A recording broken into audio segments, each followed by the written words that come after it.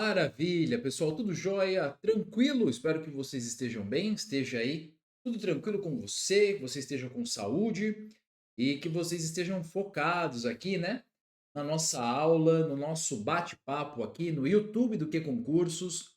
Nós vamos tratar de processo do trabalho, uma disciplina fundamental aí na sua preparação para TRTs, beleza? Eu sou o professor Vinícius Mota e hoje nós vamos conversar sobre alguns temas que costumam pintar aí nos editais. Nós vamos falar de autonomia do direito processual do trabalho, nós vamos falar de fontes do direito processual do trabalho e nós vamos falar, e este aqui é o campeão do nosso bate-papo, hein, de subsidiariedade do processo comum no processo do trabalho. Beleza? Então a gente vai conversar como se nós estivéssemos aqui em dois grandes momentos. Claro que eles estão conectados, mas a nossa primeira atenção vai ser nessa parte de autonomia, de fontes. É um tema que você precisa conhecer, costuma estar nos editais, embora, se a gente for falar em termos de incidência na prova, a parte da subsidiariedade vai ser o segundo momento aqui do nosso bate-papo. Aí aparece muito mais. Bom, vamos nessa? Vamos na boa? Qual que vai ser a nossa dinâmica, né? A gente vai conversar bem leve, bem tranquilo, mas tem um material escrito aqui que vai servir para você acompanhar esse bate-papo e ele fica disponível para você. Tá aí na descrição do vídeo. Tá joia? Vamos nessa? Vamos numa boa? Vamos tranquilo, vamos tranquilo. Vamos lá, deixa eu trazer aqui para você o nosso texto aqui, eu já dividindo a tela, né? Pois bem, comecemos por falar da autonomia do processo do trabalho. Aqui eu vou te apresentar, aliás, aqui, né? Aqui, eu vou te apresentar uma perspectiva teórica, que é o que você precisa saber para sua prova. Mas eu vou te trazer uma ideia mais simples antes, tá? Qual que é a ideia da autonomia? É o seguinte, qual que é a pergunta que está por trás disso? O direito processual do trabalho é uma disciplina autônoma em relação ao processo civil, ao processo comum de forma geral? Quando nós estudamos processo do trabalho, podemos dizer que esta é uma disciplina que se separa do processo civil? Ou será que é só uma parte do processo civil? Se você eventualmente advoga na área trabalhista, você sabe que a diferença é grande. Eu vou te dar a resposta, vou te dar o spoiler, tá? Existe na doutrina uma certa divergência, mas para sua prova, se te cobrarem esse assunto, aí você vai na posição da corrente majoritária. Qual é? De que existe, sim, autonomia do processo trabalho, do processo trabalhista em relação ao processo comum. Porque as características dessa disciplina e deste ramo do direito são significativas e não se confundem com o processo civil. A posição majoritária é que tem autonomia. Simples assim. Esta é a ideia que eu quero que você grave. Agora eu vou te apresentar as razões. As razões tendem a aparecer mais numa prova mais elaborada. Eventualmente uma prova de magistratura, uma prova de Ministério Público do Trabalho, ok? Bom, mas vamos lá. Vou trazer aqui para você. A autonomia, né, de um determinado ramo jurídico se concretiza quando identificamos quatro requisitos. Esta é a posição específica, né, do professor Godinho Delgado. Tem alguns outros doutrinadores que eles vão indicar só três requisitos. Não tem problema. Bom, se a sua prova entrar nesse tema, você vai perceber que você consegue responder com os dois caminhos, porque existem elementos que são comuns, quais sejam, né? Três são muito tradicionais na doutrina, ou seja, né? Muitos doutrinadores indicam três, e um exemplo de quem indica quatro requisitos, professor Godin. Campo temático vasto, a ponto de ensejar estudos específicos. Nós temos estudos específicos de processo de trabalho. Doutrina própria e dominada por conceitos gerais diferentes, distintos daqueles presentes em outros ramos. Evidente, né? Quando a gente fala, por exemplo, da audiência trabalhista, tem uma perspectiva singular ali, né? A representação das partes, o sistema recursal, a execução trabalhista. Existem ali, né? Aspectos e conceitos que são distintos dos demais ramos do direito. Metodologia própria de investigação. Isso também caracteriza o processo do trabalho, né? A gente não encara, não estuda o processo do trabalho pela mesma ótica do processo civil.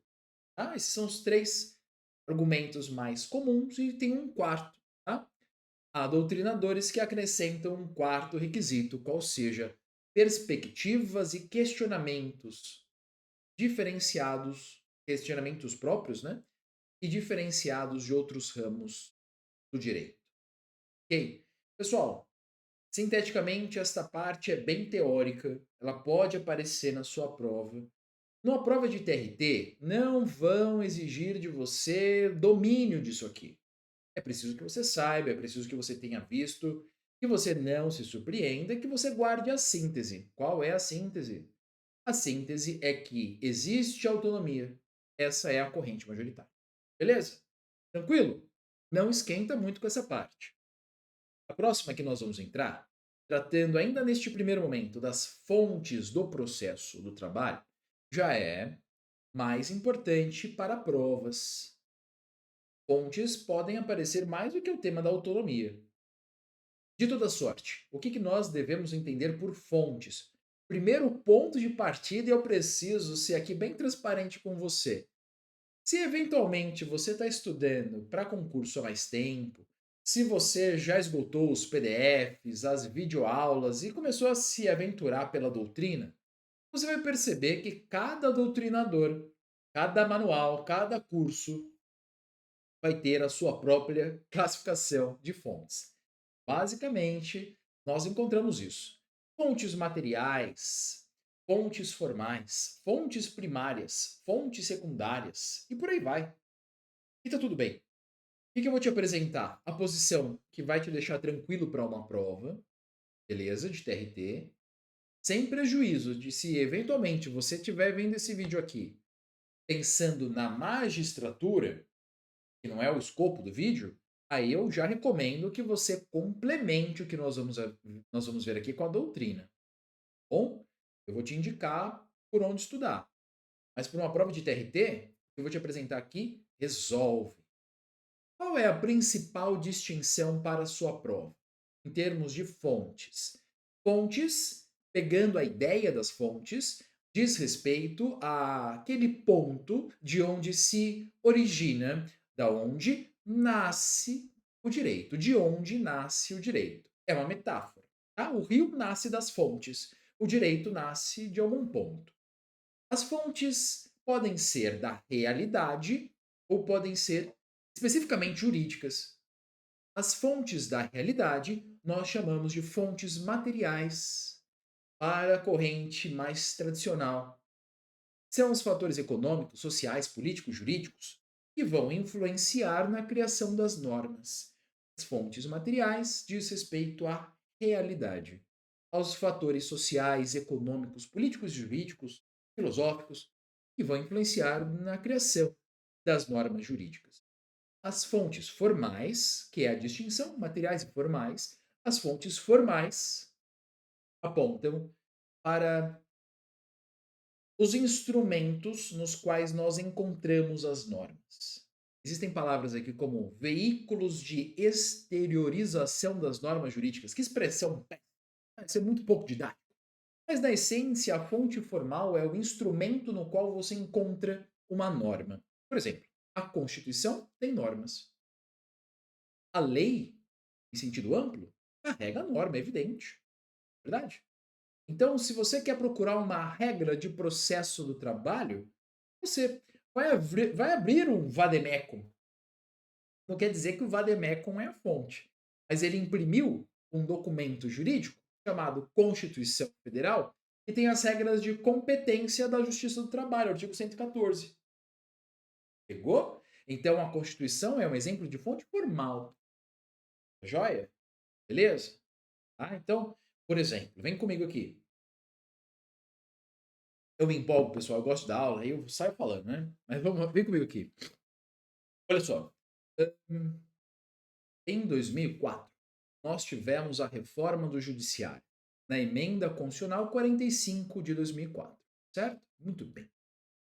Nesta reforma, houve a ampliação da competência da Justiça do Trabalho e deixou de julgar essencialmente relações de emprego e ampliou o seu escopo, ampliou a sua competência para tratar, de maneira geral, de relações de trabalho. Ampliou. Emprego e trabalho são coisas diferentes, tá?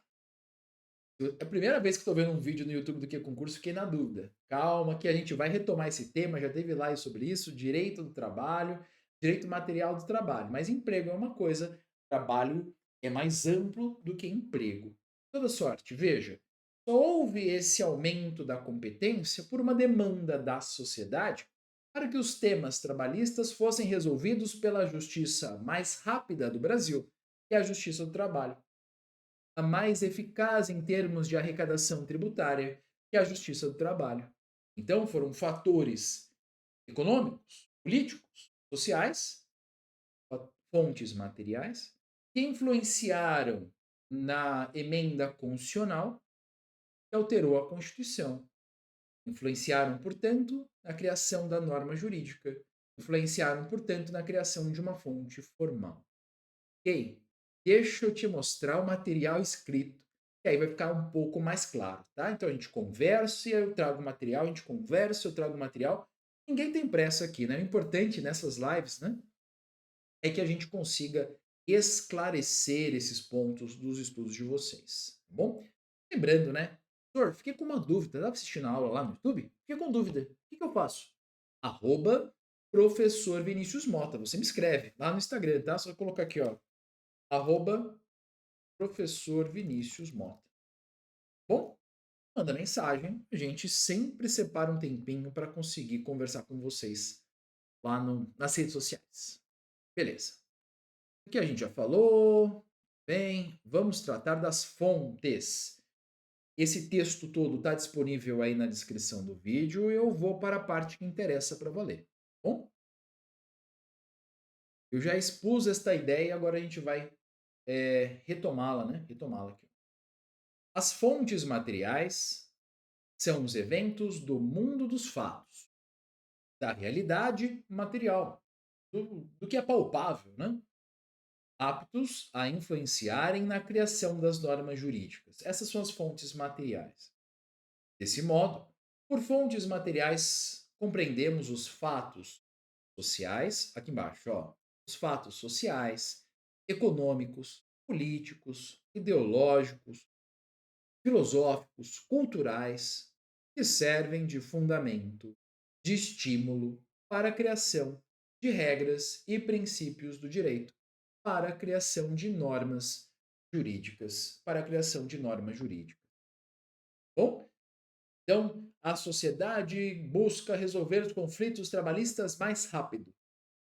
Fonte material, que vai resultar na ampliação da competência da Justiça do Trabalho, lá na Constituição. Tá joia? Muito bem. Agora, e as fontes formais? As fontes formais são os veículos de exteriorização das normas jurídicas. Uma aguinha? São os veículos de exteriorização das normas jurídicas. São os instrumentos por intermédio dos quais as normas jurídicas surgem, nascem, são veiculadas, ingressam no ordenamento jurídico. Então é algo muito diferente nós pensarmos na Constituição do que um fator econômico, social, político. Na Constituição, nós encontramos exteriorização de normas. Ah, eu quero saber uma regra de competência. Você não vai ler numa greve, você vai ler na Constituição. Igual?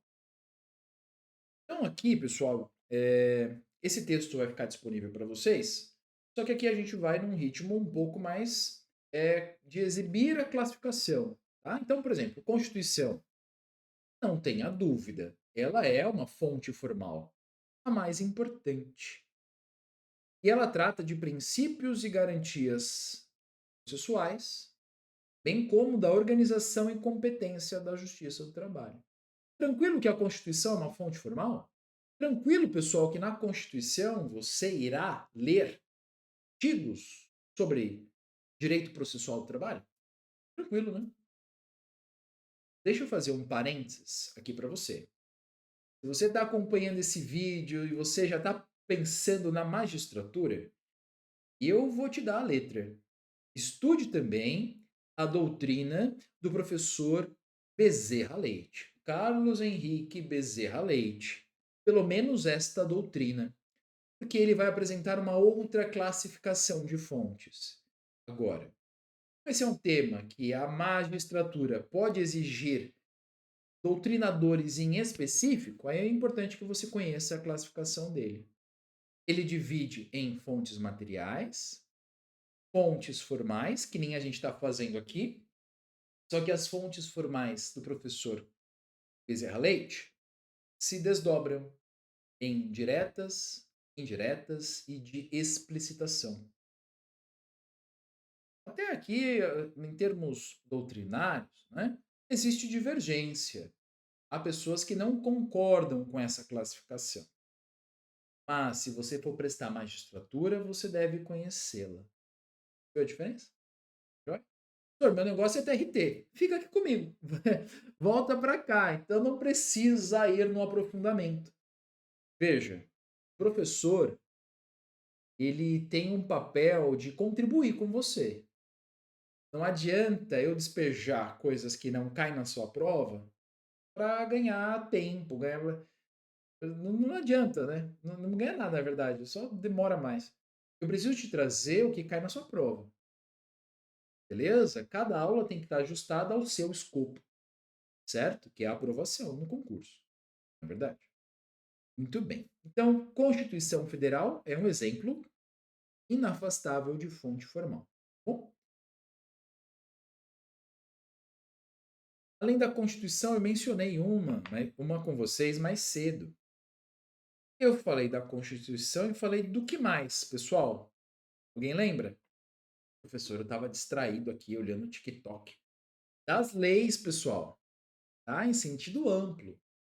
Leis complementares, ordinárias, delegadas, os antigos decreto-lei, as medidas provisórias, tudo isso.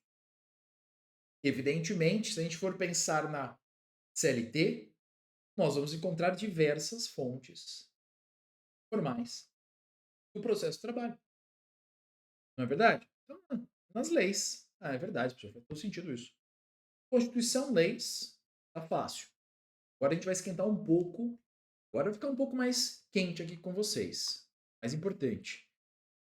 Memorizem que regimentos internos e normas dos tribunais, para a maioria da doutrina, são considerados fontes formais. Têm regras de observância obrigatória. Bom? Regimentos internos e outras normas dos tribunais. Existe aqui uma discussão sobre a constitucionalidade de algumas dessas normas de tribunais, porque às vezes elas extrapolam o que o artigo 22, inciso 1 da Constituição Federal autoriza, no sentido de que cabe à União legislar sobre o processo. De toda sorte, essa divergência fica de lado e o que vale para a sua prova é que o regimento interno do TST, dos TRTs, bem como, por exemplo, instruções normativas decorrentes de resoluções administrativas, valem como fonte formal. Beleza? Tá? É muito importante. E, aliás, há provas de TRT que exigem instruções normativas. Veja se no seu edital isso está presente. Seguindo, jurisprudência. É fonte ou não é fonte? Eu vou te dar a resposta direto. Vem comigo aqui. Senhor, eu fiz faculdade de Direito e lá na faculdade, no primeiro ano, em Introdução ao Estudo do Direito. Lembro, faz tempo, hein? Nossa, já vamos para quase 20 anos já, isso aí. Que eu tive essa aula. É, faz tempo. A posição era que a jurisprudência não seria a fonte. Hoje em dia, esquece essa visão. Hoje você adota a visão moderna. Qual que é a visão moderna? De que a jurisprudência também é considerada a fonte formal, porque a jurisprudência pode apresentar decisões de caráter obrigatório. Sério? Opa, vem comigo. Súmula vinculante. É verdade. Decisões do STF em controle concentrado de constitucionalidade. Verdade. Decisões em incidentes de demanda repetitivo ou incidentes de recursos de revista repetitivo ou incidente de assunção de competência. O sistema de precedentes do CPC, artigo 927. Só um exemplo. De toda sorte, temos decisões que são obrigatórias. Decisões que se tornam obrigatórias. Por conta disso, né, nós adotamos para a prova de concurso o entendimento de que a jurisprudência hoje é fonte formal. E se você quiser, depois você vai aprofundar a sua leitura de lei seca, o artigo 927 do CPC. Está aqui para você. Bom, ele vai apresentar ali algumas decisões de observância obrigatória. Pessoal, costume é fonte formal? É. Eu vou te dar um exemplo. Quando nós temos a defesa no processo de trabalho escrita antes de 2017, de 2017 para trás, a defesa escrita não estava presente na CLT. O artigo 847 da CLT mencionava somente a defesa verbal, a defesa oral. Só que o costume era entregar a contestação por escrito. Então, o costume também cria norma. Beleza? Então, o costume também é fonte formal. Só um exemplo. Né? O que mais nós temos? Para a posição majoritária, princípios também configuram como fontes formais. Né? Tratados, convenções e acordos internacionais podem estabelecer regras do processo de trabalho, e, por exemplo, regras sobre competência, certo? E para fechar, as normas dos conselhos superiores. Show? Ok, turma? Aqui, pessoal, eu trouxe para vocês, né, de maneira sintética, esse aspecto envolvendo autonomia, envolvendo fontes. Vamos considerar que este foi um primeiro momento do nosso bate-papo. Beleza? Tá? A gente já já vai começar um segundo momento aqui. Mas lembre-se, ok? Dúvidas? Arroba Professor Vinícius Mota. Professor Vinícius Mota lá no Instagram, a gente separa um tempinho para conversar com você. Beleza? Tranquilo até agora? Tá de boa? Tá suave? Vamos para o segundo momento do nosso bate-papo, então? A partir de agora, a gente vai mudar a chave e vai falar de um outro tema. Qual tema? Nós vamos falar da subsidiariedade do processo comum ao processo do trabalho. Veja que isso, em algum grau, se conecta com o primeiro tema que vimos, aquele em que nós discutíamos a autonomia do processo de trabalho. De toda sorte, só podemos falar em subsidiariedade se o processo de trabalho for autônomo, não é? Pois bem, neste segundo momento, eu vou te apresentar 3 artigos. Depois eu vou te apresentar uma instrução normativa e você vai perceber que realmente se conecta com o primeiro momento, porque temos uma fonte. E aí a gente vai resolver algumas questões, tá? Vamos treinar, tá? Vale a pena resolver questões, tá? Durante o estudo ajuda muito. Pois bem, chega mais, vem comigo aqui, deixa eu ajustar o meu material aqui, ó.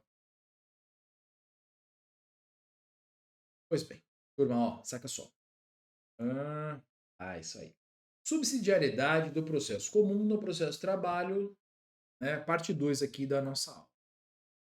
O que que a CLT vai apresentar para a gente? Lá no artigo 769, é o primeiro dos artigos da CLT que eu vou te mostrar, está disposto o seguinte: nos casos omissos, o direito processual comum será fonte subsidiária do direito processual do trabalho,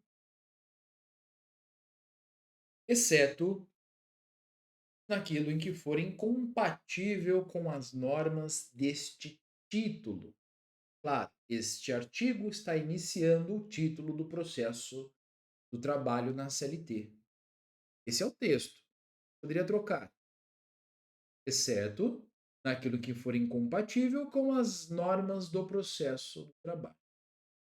Bom, o que eu quero destacar aqui com vocês? Primeira coisa, nos casos omissos. Deixa eu ver se eu tenho aqui um instrumento para eu poder. Vou conseguir. Queria grifar aqui, mas vai bagunçar a nossa formatação. Nos casos omissos, este é o primeiro requisito. Só há que se falar em aplicar processo comum no processo do trabalho se houver omissão. Senhor, se não houver omissão, eu posso trazer o CPC para o processo do trabalho? Não. Ah, mas a norma do CPC é mais nova. Importa. A norma do CPC é melhor. Não importa. Apenas nos casos omissos, beleza? Esse é o primeiro requisito. E o segundo, deixa eu ver se consigo aqui. Deu certo, né? Nos casos omissos, precisa ter lacuna para trazer o CPC. E a norma do CPC será aplicada, exceto naquilo que for incompatível. Ou seja, qual que é o segundo requisito? Compatibilidade. Joia? Precisa ter compatibilidade. Portanto, vou acrescentar aqui, ó. Vamos nessa. Requisitos cumulativos, omissão mais compatibilidade.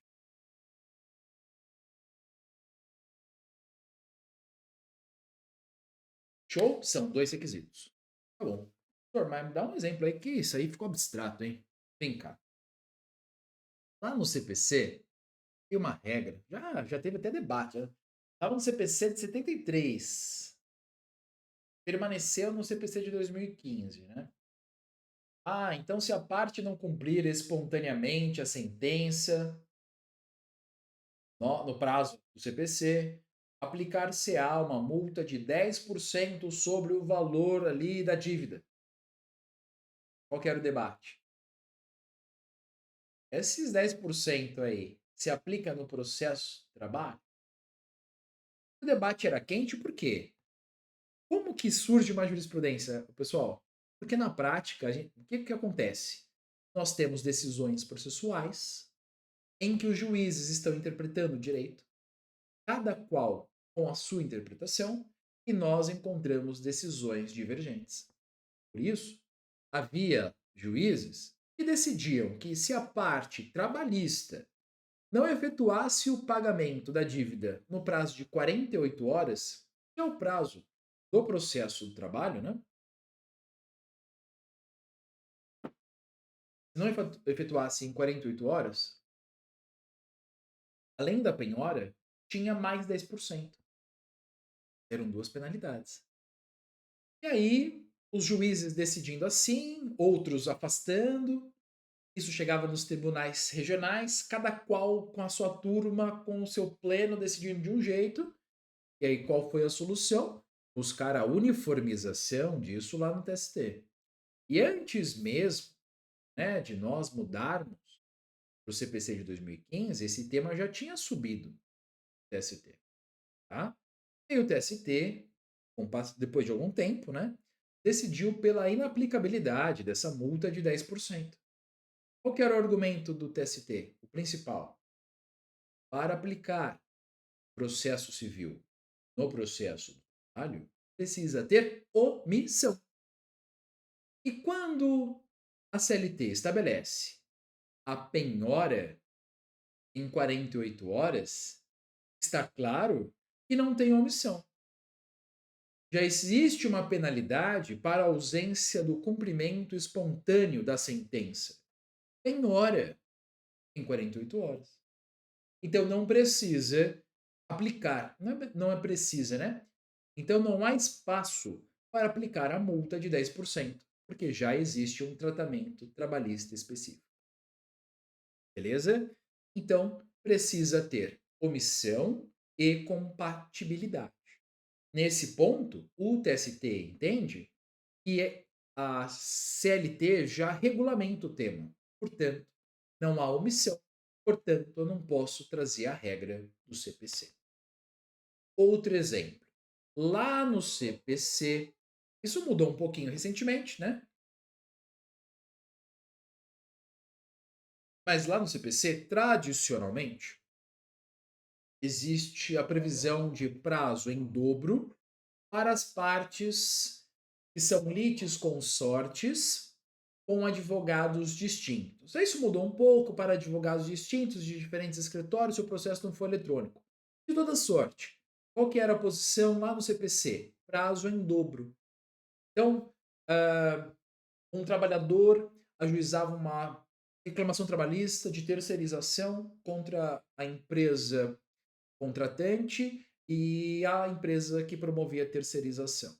Top. Qual que é a regra do CPC se fosse olhar para esse caso? Prazo em dobro para as empresas se manifestarem. Bom, isso chegou no processo de trabalho. E aí a CLT não trata de prazo em dobro. Então, existe uma omissão. Tese, entre aspas, tá? A CLT não tratava disso. Só que a jurisprudência dos tribunais considerou que esse prazo em dobro é incompatível.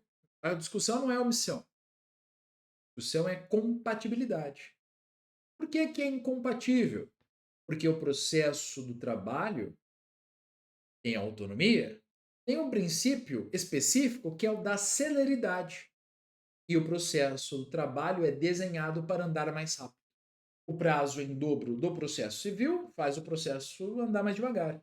Então, essa previsão de prazo em dobro foi rejeitada, tem anos já. Foi rejeitada do processo do trabalho por incompatibilidade. Fixou isso, precisa ter omissão e compatibilidade para trazer alguma regra do CPC para o processo do trabalho. Bom? Bem, chega mais. Além do 769, pessoal, é importante que vocês conheçam o artigo 889 da CLT.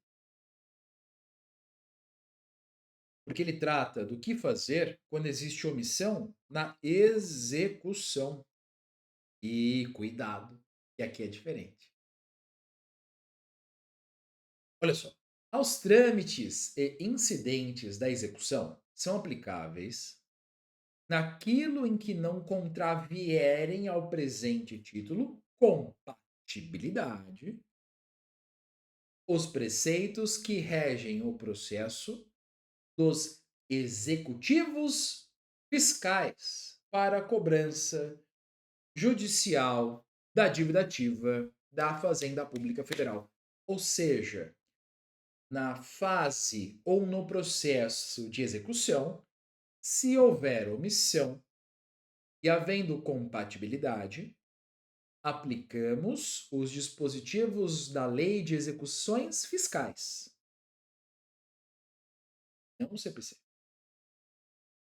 Agora, se a Lei de Execuções Fiscais não for suficiente, num segundo momento, aí buscamos o CPC. Aí buscamos o CPC. Top? Beleza? Percebeu a diferença?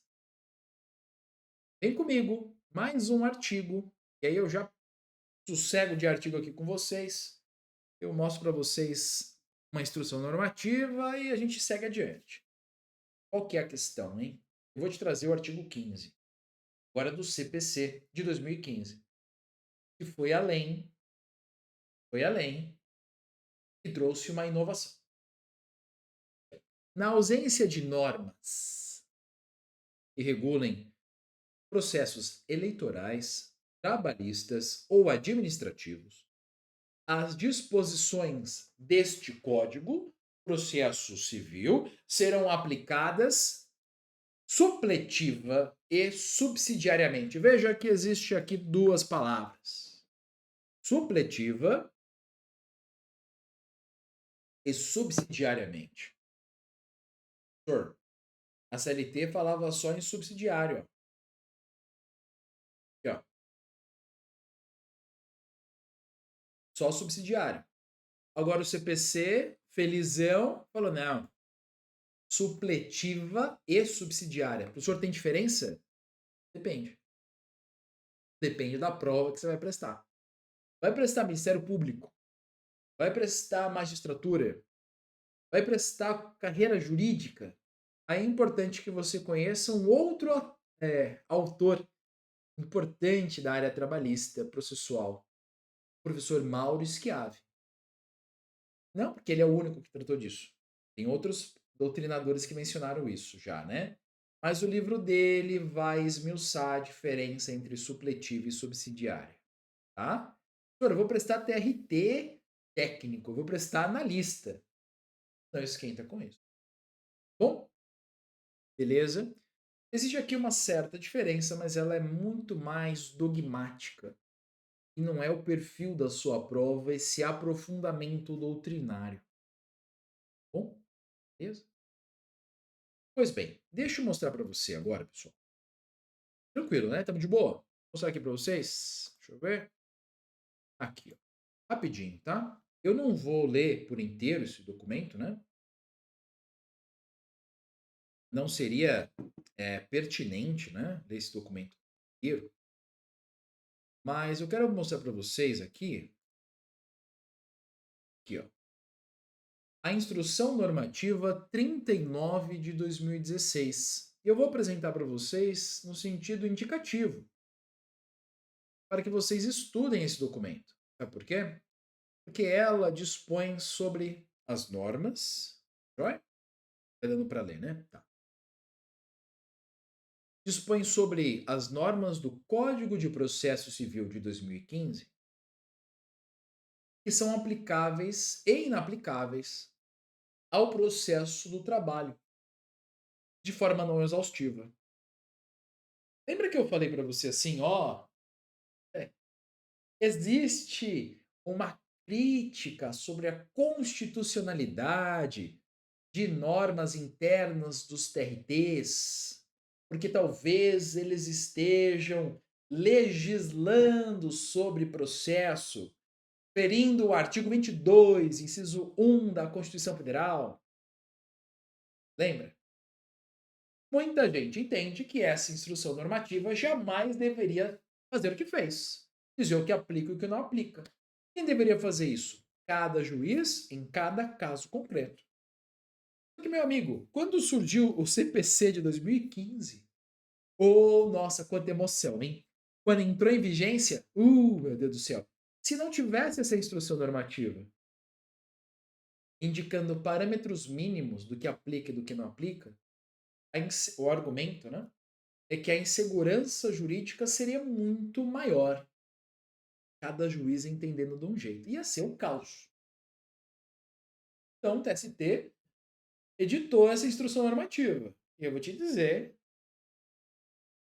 muito juiz segue isso aqui. Bom, por que eu estou destacando para você? Verifique se no seu edital consta, lá no finalzinho, em processo do trabalho, lá no final, instruções normativas do TST. E se constar, esta pode aparecer na sua prova. Bom, vamos lá. Tá aqui rapidinho o parágrafo primeiro, não é o que eu vou centrar a nossa energia, não vou ler inteiro, só quero te mostrar uma ideia. Aplica-se o Código de Processo Civil subsidiária e supletivamente ao processo do trabalho, em caso de omissão e desde que haja compatibilidade com as normas e princípios do direito processual do trabalho, na forma dos artigos 769 e 889 da CLT e do artigo 15 da Lei 13.105, do CPC. Bom, então o artigo 1º dessa instrução já começa nos 3 artigos que nós vimos, indicando a aplicação do CPC, omissão e compatibilidade. Vou te dar um exemplo aqui, ó. Artigo 2º.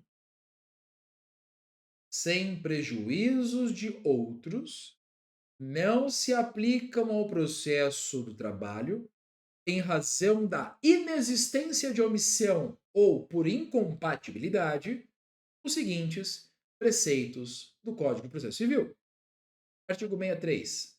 Modificação de competência territorial, eleição de foro. Artigo 190. Negociação processual. 219. 219 já era, né? Já mudou. Vou até pular, pra você não ficar com dúvida. Isso aqui já está desatualizado, na verdade. Artigo 384. Audiência de conciliação e mediação. Por quê? Porque lá, no CPC, as partes indicam se querem. E no processo de trabalho? Audiência de conciliação, ou melhor, a conciliação, seja numa audiência específica ou na UNA, o momento da conciliação é obrigatório. 2 vezes. Então, não vai me trazer o CPC aqui. Prazo para contestação do 335.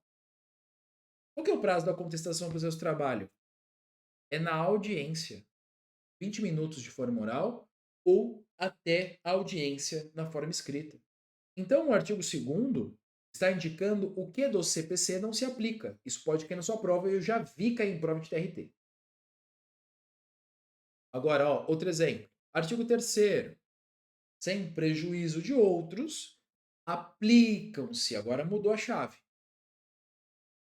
em face de omissão e compatibilidade, os preceitos do Código de Processo Civil que regulam os seguintes temas. E tem algumas figuras aqui, né? No sentido de que isso aqui se aplica ao processo de trabalho. Por exemplo, a tutela provisória. Tá? É só um exemplo. Aqui, o que eu quero destacar com você, né, não é a oportunidade de a gente decorar isso, mas essencialmente, né, é que você coloque nos seus estudos o, no estudo de lei seca a leitura dessas instruções normativas, tá? Obrigatório. Bom, se o seu edital exigir, você precisa conhecer. Vem comigo aqui para a gente resolver questõezinhas, eu já te libero. Olha só. Tudo isso que a gente viu, como que aparece lá na prova? Aparece assim. Deixa eu ver, quem que é essa prova? 2015, FCC, muita atenção com FCC, tá? TRT da 23ª região. O advogado da reclamada Fênix Produtora, por ocasião da audiência ONA, apresentou a contestação da ré, bem como reconvenção, por meio da qual pretendeu a devolução de ferramentas de trabalho da empresa que ficaram em posse do empregado após a rescisão contratual. Nessa situação, qual que é o tema aqui em turma? Já vou antecipar. Reconvenção. Bom, olha lá. Não deve ser aceita a reconvenção, por falta de previsão deste ato processual na legislação trabalhista, não podendo ser aplicada outra legislação processual. A reconvenção não está presente na CLT, está presente no CPC. Pergunta: é possível a aplicação de maneira subsidiária da reconvenção no processo de trabalho? A reconvenção é aquela manifestação daquele que está se defendendo de contra-ataque ao autor. É o exemplo do enunciado. O trabalhador ajuizou uma reclamação trabalhista. A empresa apresentou contestação e reconvenção, pedindo a devolução das ferramentas de trabalho que estão com o trabalhador. A letra A, ela vai ser afastada, né? Esse aspecto aqui, não podendo ser aplicada outra legislação processual para o caso. Pode, é possível.